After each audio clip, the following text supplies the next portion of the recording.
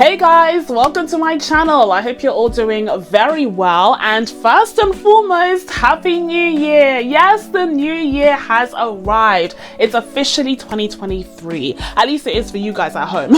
Because for me, I'm filming this on New Year's Eve, so it's still 2022, but let's pretend that it's already 2023, and we are all, of course, so excited to see what the new year will bring. But before we look ahead to 2023, of course, we need to take a look back at the best of what 2022 had to offer us in the realm of entertainment. As is the time-honored tradition here on my channel, many of you guys will know that my very first video here on YouTube was my best movies of 2018 video. And so, of course, continuing on with that tradition, today I'm going to be filming both my best TV shows and best movies lists right here, right now, ready for you guys for this very first week of 2023. Now, before we get started, I do have a couple of notes. First of all, my usual disclaimer for all of these videos.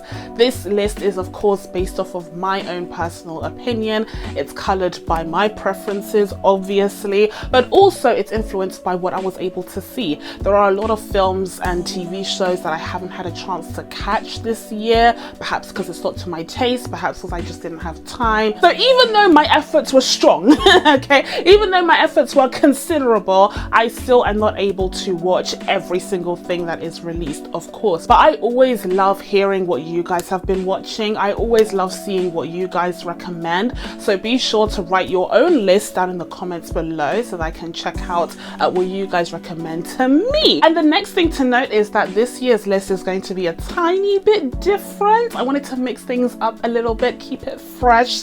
You know, I've been so happy with the different kinds of videos that I've been able to bring to you guys over the last year or even couple of years. So I'm excited to kind of try and, you know, just dip out of my comfort zone just a little bit and give you guys a different style of best of video. We're not doing anything crazy here, but I'm trying to stretch my editing skills just a little bit. So I hope you guys enjoy that element of the videos. And in line with these different kinds of videos that I've been introducing to my channel, I just wanted to say a huge thank you to each and every one of you who watched, okay, who participated in this year's, the very first annual Genie Awards. I was so happy, so honored and so flattered to see you guys join me on the chat when the awards premiered, and also comment down below your own thoughts. You know, I was just so happy with the response to the Genie Awards. I'm really glad that so many of you guys enjoyed it, and I'd be happy to keep it as part of my rotation for the channel so that it can become an annual event. And if you haven't checked out the Genie Awards yet, what are you waiting for? And the final thing to note is something that many of you guys will already be familiar with, but if you're not, hi. Please be sure to subscribe to my channel and make sure you turn on your notifications so that you can be told when I upload next. So now, without further ado, guys, let's dive into the first best of video for 2022, and that is the best TV shows of 2022. So as I mentioned before, this year's videos are going to be slightly different, and one of the main reasons for that is because I messed up. I messed up, I failed, I did not understand the assignment, I flopped. Listen, okay, these videos are supposed to be top 10s, and baby, let me tell you right now, that's not what's going on here. I'm working with a top 20. I'm so sorry. I'm so sorry, but don't fear, okay? We're not going to be diving into all 20 shows in a lot of depth. I'm going to be focusing on the top 10 primarily, but I did have to include an additional 10 honorable mentions because, guys, this year was an incredible year for television. Television has just been getting better and better as the years go. And so it's getting harder for me to just pick out 10 shows that fully represent my favorites for the entire year. So this whole list even is not exhaustive, but at least it's a better representation of the shows that I've really enjoyed in 2022. And so without further ado, let's dive into the honorable mentions.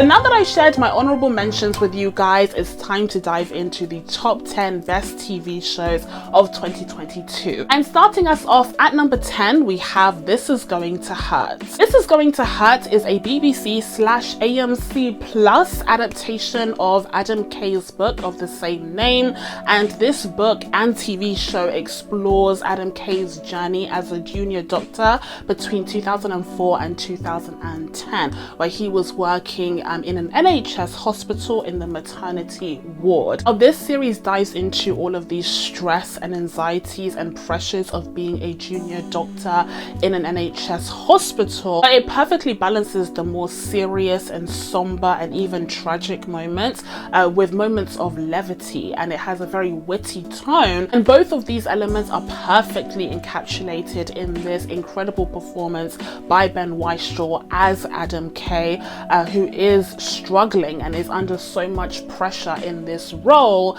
and it's clearly taking a toll on both his personal and professional life. And alongside Ben Wishaw's incredible performance as Adam Kay, you have Mbika Mod portraying young Shruti, who's an even younger junior doctor who's still doing her exams, and she's really struggling to balance her studying with her work life, you know, being on the maternity ward with these crazy long hour shifts. And so you see, you know, both of them struggling to find that balance with such a high pressure job, and it has dire consequences for both of them. And so here we are, almost a year after I first watched this series in early 2022, and it has still had such a huge lasting impact on me. This series is frank, honest, and even brutal portrayal of what it means to be a healthcare worker in the NHS was needed. First of all, it was incredibly timely, but also it was so enlightening to see, you know, what it really takes to work in this profession to help people, and to see how little help these people in these professions also receive, and the impact that that can have on their professional and personal lives. Now, next up at number 9, we have something a little bit more light-hearted, a little bit more fun and flirty and dramatic, and that is season 2 of Netflix's Bridgerton. Now, Bridgerton was already a smash hit when it came out in 2020. It ended up being one of the most watched series on the streaming service, but it came back with a bang in 2022 with its second season, which showed us that Bridgerton was not just a one-hit wonder, but it was in fact a phenomenon of its own. Now, while season 1 focused in on Daphne of the Bridgerton siblings, this season focused on her older brother Anthony, who falls in love with Kate, and they end up forming one of the most iconic couples of television history, quite frankly.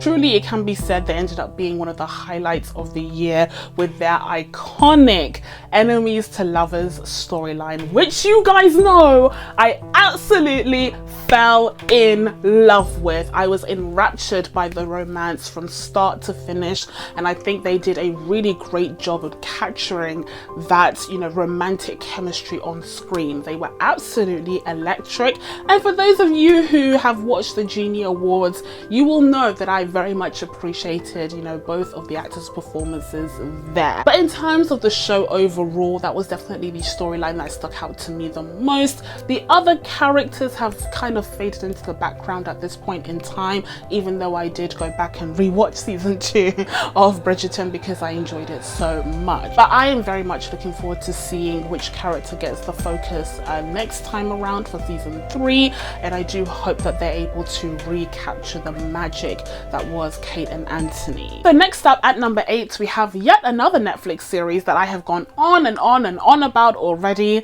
and that is Stranger Things season 4. 2022 was the year where I finally decided to catch up on the Stranger Things franchise, and boy was I in for a treat, because this series really was very, very special from the beginning. I completely understood why it became the worldwide phenomenon that it did, and I was so happy to see that season 4 did not disappoint as the latest entry. Season 4 was jam-packed with iconic, incredible sequences. This season gave us incredible performances from veterans like Millie Bobby Brown and David Harbour, but also shining a spotlight on Sadie Sink, who had one of the most iconic scenes of the entire year. And we also had the revival of an iconic song, Running Up That Hill, which ended up going to #1 for the first time ever in about 30 years since its release. Stranger Things season 4 achieved what very few shows are able to, and that is being able to capture a moment in pop culture history. Because of the saturation of excellent quality content that we have got in the entertainment landscape at this point, it's really tough to get a large enough audience to be captivated by one single show in order to produce such an iconic pop culture moment. But shows like Bridgerton and Stranger Things have managed to do so time and time again, and it speaks to the power of Netflix, the power of the filmmakers and TV show runners, and the power of an iconic and charismatic cast. But I promise Netflix was not the only streaming platform that showed up and showed out in 2022, because next one up at number 7 we have Amazon Prime's The Boys season 3. This season of The Boys was insane. This season of The Boys honestly surpassed the second season and came very close to the incredibleness of season 1. The Boys is a superb show. It's a series that exists within the superhero landscape, but in its own league, and it's just so refreshing, especially considering how saturated this subgenre is at this point. But because The Boys has such a unique, precise take on this genre, and it's able to deliver clever, very well written commentary in there, so that it's not just style over substance. You have that substance there where it's commenting on real life issues, you know, the rise of the alt-right movement on social media, the power of social media, and curating perceptions of various groups, and of course the idea of superheroes being so powerful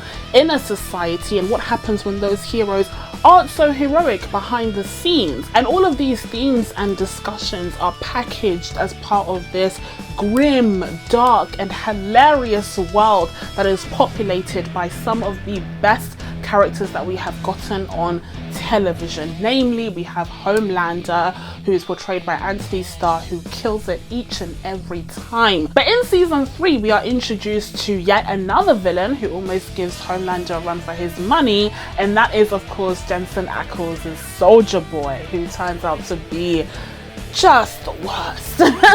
Absolutely in the gutter. And once again, in this landscape of superhero fare where good villains are hard to come by these days, these two are very much welcome on the small screen. But of course, we have to give much love to our heroes as well, because they are our glimmer of hope in this dark, cruel world of The Boys. So we have the return of Huey and Butcher and MM and Starlight, all of these characters who have incredible on-screen chemistry together. We root for these guys to win even when they fall into the gutter of despair. We want them to get back up again, especially in the case of Butcher. And so on top of all of the comedy and the witty, clever social commentary, you have characters that you can become invested in, and it's just such a refreshing take on the superhero genre that keeps us coming season after season. Now, speaking of characters that we are deeply invested in as audiences, at number 6 we have Peaky Blinders season 6. Yes, 2022 sadly, tragically gave us the final season of Peaky Blinders. Guys, I'm still not over it. I'm still upset, okay? This is just such a huge tragedy to me. I don't understand why this show ever had to end. I am so upset. But listen, okay, at least we got 6 good seasons of just incredible writing, incredible world building. I mean, we have iconic, I know I've been throwing that word around a lot, but truly the Peaky Blinders are iconic, especially if you're from the UK. You know what I mean. You know what I'm talking about. Peaky Blinders turned out to be an exceptional export from the British entertainment industry, and the fact that they have not received the accolades that they deserve deserve still pisses me off to this day. Even though they were shone a light on in the Genie Awards, the all-important Genie Awards, I still think that they should have gotten more accolades from the Golden Globes, from the Emmys, and I suspect the only reason why they haven't is because of some criteria situation that has occurred behind the scenes. But either way, the Peaky Blinders story came to a close in the most exciting, enrapturing and satisfying way that it could have, giving us one last look at Cillian Murphy's iconic portrayal as Thomas Shelby. Truly one of the best characters ever brought on screen. I know I keep saying that, but here's the thing. Thomas Shelby, okay, is actually a VIP character, like one of the best VIP characters of all time. So like, I don't know what to tell you. And also keep in mind, this is a list of the best. So like, of course I'm going to be saying that all the time because they're all the best. Okay, so now that we've rounded out the bottom 5 of the top 10, it's time to get into the tippity top of the list, the creme de la creme, if you will. And starting us off at number 5, we have yet another series that unfortunately left us in 2022, and that was Atlanta with season 3 and 4. Now Atlanta is a series that is truly unmatched, unparalleled. It's this Afro-surrealist comedy, the likes of which we've never seen on television or anywhere really. And it speaks to the genius of both Donald and Stephen Glover, who are able to brilliantly realize this version of Atlanta that is populated by characters who are just struggling to make it. They're struggling to make it in the music industry. You have Alfred, who is this rapper who slowly but surely is able to build a career in music, and you have Ern, who acts as his manager, who is trying to provide for his family. And after the events of season 2 a few years ago, we're reintroduced to these characters and they're in a whole different stage of their lives where they've found success. You have Ern, who is this extremely successful and proficient manager who is able to assist Al with all of his needs. And Alfred himself has found success as Paperboy. He's a known entity at this point, and in fact his star is starting to dim and he is no longer at the peak of his success anymore and is unable to replicate the success of his early career. So when we're reintroduced to the gang in season 3, we see Alfred just coasting off of his previous successes, his previous hits, as they tour across Europe. And for the European fans, it's very much welcome because of that delay in the way that pop culture spreads across the world. But when they return into Atlanta in season 4, we see that Alfred is in fact the twilight years of his career, and he is just trying to find ways to maintain income and also maintain notoriety so that he can have the longevity of the most well-known musical artists. But unfortunately that it presents itself with several issues of its own. And of course, in typical Atlanta style, the exploration of these incredibly captivating main characters is juxtaposed against these more separate and disparate and anthological stories that explore all various aspects of Black life and Black history, whether it be in America, in Atlanta itself, or even abroad in Europe during season 3. And if that wasn't enough for you, of course we have that one singular fact, that one element that has remained throughout this show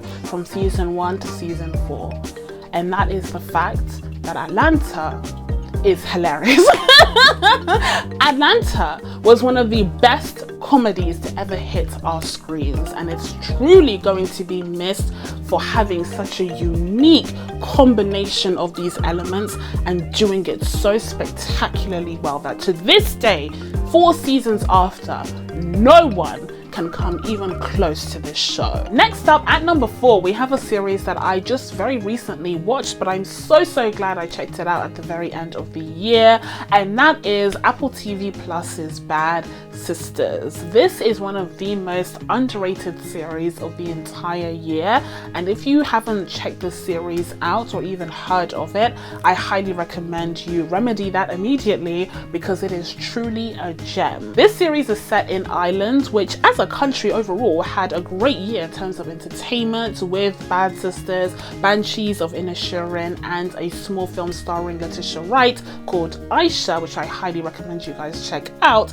But there was quite a bit of Irish representation in mainstream media, which I was really happy to see. But in terms of Bad Sisters, this is a series that centers on the Garvey sisters, who have all come together to support their sister Grace after her husband has passed away. Now, the series explores the sisters' relationship with Grace and her husband and what may have led to his not so tragic passing. If you have watched the Genie Awards, or rather if you've experienced the Genie Awards, it may not come as a surprise to you to learn that, you know, the death of Klaus Bang's John Paul Williams may not be as much of an accident as it's first portrayed. Okay, may not be as much of a freak event as we first think, but that's for you guys to discover, because I really don't want to spoil anything. I would highly recommend you guys check out this series if you haven't already, because it's just such a clever and incredibly intricately woven story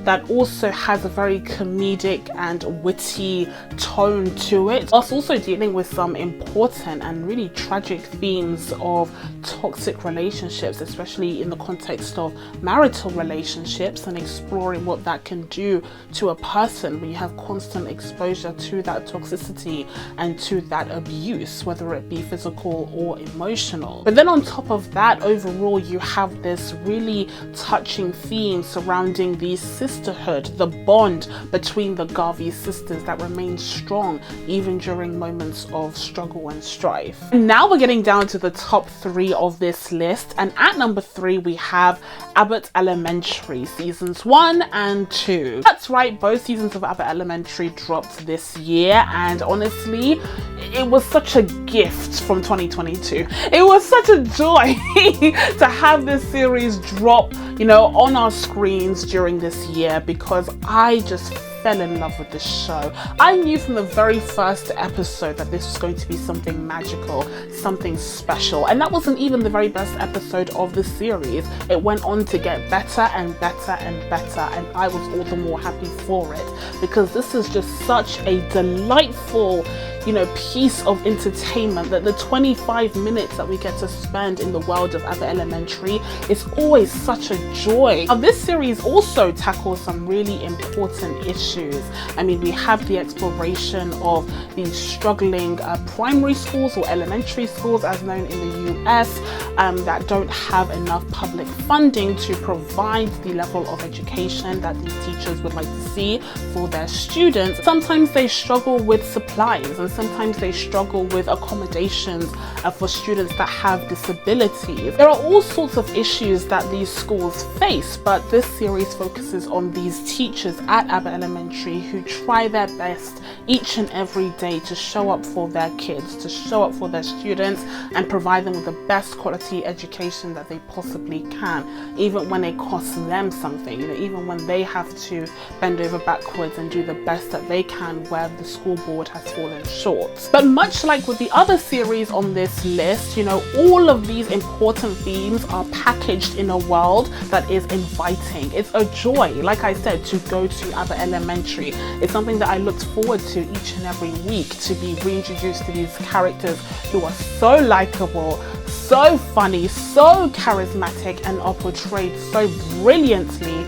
And at the center of it all, you have Quinta Brunson, who portrays Janine, the main character, but also who created and writes the show. And she just does such a spectacular job with each and every element that she's involved in. At number 2, we have the surprise hit, Hulu's The Bear. What hasn't already been said about The Bear at this point, right? I mean, as I mentioned in a previous video, I can't remember if it was a Genie Awards or if it was my Golden Globes coverage, but you know, there was a point where The Bear was super underrated. No one knew about this series, and then slowly but surely people started to check it out, started to recommend it to others like you guys did to me. And then when we started to check it out, we told everyone who would listen and some who wouldn't that they also need to watch this show. So it's become quite popular, I would say, you know, in the grand scheme of things. But still, if you have not watched The Bear at this point, you absolutely should remedy that immediately, because this series was such a surprise hit. You know, this is a series that stars Jeremy Allen White, who was, you know, famous for his tenure on Shameless US. But here he portrays the character Kami, who has moved from New York back to Chicago, back to his hometown, so he can take over his late brother's sandwich restaurant. Now, the restaurant has fallen under some hard times because of his late brother's mismanagement of the establishment, as well as his financial troubles. And so it's up to Kami to essentially ensure the survival of the restaurant. He has to get everything up and running again. And because he himself is a chef and he previously worked in a Michelin star restaurant, he has a very different way of doing things. It's not as slapdash as his brother's ways were. He's much more ordered and disciplined, but that comes with a lot of trouble and baggage as well. So him balancing, you know, what he has learned from his background as a Michelin star chef with dealing with the crew that work at his brother's restaurant, who are used to doing things a certain kind of way, allow for some really great conflicts, some really great discussions and arguments, but also just allow us to see the unfolding of a really great bond within this team. And everyone has such excellent on-screen chemistry. But of course, I would be remiss if I didn't give a special shout out to my girl Ayo Edebiri, who gave an exceptional performance as Sydney, and she is actually a newcomer to the crew. She previously had her own business which didn't work out, and so she has to find a way to rebuild her own career, and she sees, you know, working with this chef who worked in a Michelin star restaurant as a way to do so. But she of course is met with a lot of tension and conflict in this entirely new environment. And also, I have to say, guys, this is me putting on my fangirl hat on, but just bear with me for a second here, okay? Because I think whilst everyone has exceptional on-screen chemistry, everyone is great together. I love this team. I would die for this team. Don't get it twisted, okay? But hear me out. Carmen and Sydney, what's going on? What's going on there? Here's the thing. Their energy is very much platonic. Like, it's not actually giving romance at this point. Oh, we still have time. It's not giving romance though at this point. We're not talking about Janine and Gregory here, okay? But here's the thing. As someone who is capable of shipping anything, okay, I like to be the captain of all ships, okay? I'm just saying that season 2, 3, 4, 5, maybe we're progressing towards something. I don't know. This is just me being the fangirl for a second here, but let's resume on to our regular scheduled program, shall we? Overall, when it comes to The Bear, the main point is that this was such an underrated series that pretty much came out of nowhere, but it managed to build up hype in the most organic way possible, and that is through good word of mouth, because in the end, it was an exceptionally well-written show with a really great cast headed up by Jeremy Allen White, who smashed it as Carmen, and overall it stood out to me as one of the very best that TV had to offer for this year. Which leads us to my number one pick for the very best TV series of 2022, and that is none other than HBO's House of the Dragon.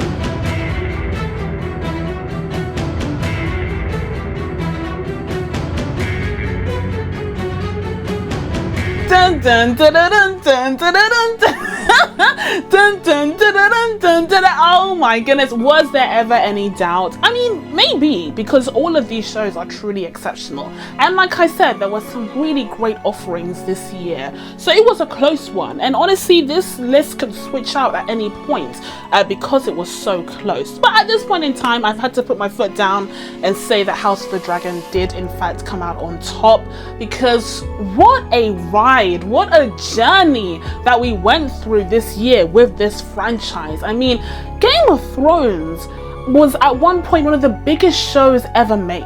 It was the most highly pirated show. It was one of the few shows that we all came together to talk about at work or at school. It was, you know, one of the last, you know, water cooler series that we had in pop culture. And then we had that final season in season 8 that just left us all so disappointed. Just so embarrassed and disappointed and ashamed and angered that the series dropped off of a cliff. It wasn't even like Star Wars, where people engaged in endless conversation about how disappointing the final season was, you know, as the Star Wars fans did for Rise of Skywalker. No, in the case of Game of Thrones, it seemed like the show had disappointed us so much and so deeply that we wanted to block it out from our memory, and so it literally just disappeared from pop culture discourse until this prequel re-emerged, and we had the first trailers for the show, and people were just so, you know, reluctant to engage. You know, the trailers didn't have a ton of views because of that PTSD from season 8 of Game of Thrones. But when that first episode of House of the Dragon premiered, that's when we realized, hang on, this new team, you know, Benioff and Weiss are out there in the galaxy far, far away, and they got lost there, never to be found. But this new team in charge of House of the Dragon, they know what's up. They understand what they needed to do in order to bring fans back into the fold, and they did so brilliantly. And of course, we got an incredible cast, you know, realizing these incredibly well written characters, and that just added up to an amazing combination that I was truly just so floored by. Each and every week I was looking forward to new episodes of this show, and it brought me back to the times where, you know, Game of Thrones was exceptional, you know, the best of what we saw from that series. And that was just a very welcome feeling, you know, especially after all that trauma, like I said, from season 8. Now, speaking of exceptional performances, whilst I'd say that Matt Damon and Emma Darcy and Olivia Cooke even have gotten their due, I did see quite a few of you guys expressing your disappointment, okay, and sometimes even anger over the fact that certain Paddy Considine had not been given his due in both the Golden Globes and also the Genie Awards. Okay, you know, with equal measure. And I have to hold my hands up and say that you are absolutely right. You know, I did absolutely consider Paddy Considine for a Genie Award, but the problem was that he would be Best Lead Actor, and that category was extremely competitive because I compounded it with performances from films as well. But the point is that Paddy Considine was incredible in this role, portraying King Viserys, who was such a controversial figure, starting off as being this sap, literally this mop, this wet carpet on the floor. So pathetic, so weak, so unlikable, but in the end he completes this arc where he becomes so relatable, someone that you can, you know, really understand and sympathize with, this father who just wants to see his family together, and he's doing so by any means necessary, which is damaging his legacy and damaging the political stability of Westeros. And whilst that's something that definitely makes him a less than perfect king, it's an aspect of his character that makes him a really great father. And on top of all of that, House of the Dragon is miraculously able to get us invested in a story that takes place 100 years before the events of Game of Thrones, meaning we already know the outcome of what happens to these characters ultimately, but because of how well written the series is, we are still intimately invested in the journey, even if we are familiar with the destination. And so guys, that's it from me. Now that I told you guys my best TV shows of 2022, it's time for you guys to let me know what your picks are down in the comments below. Please be sure to subscribe to catch new videos coming up, including my best movies of 2022 video, which will be up soon. Thank you guys so much for watching. I really appreciate it, and I will see you in the next one. Bye.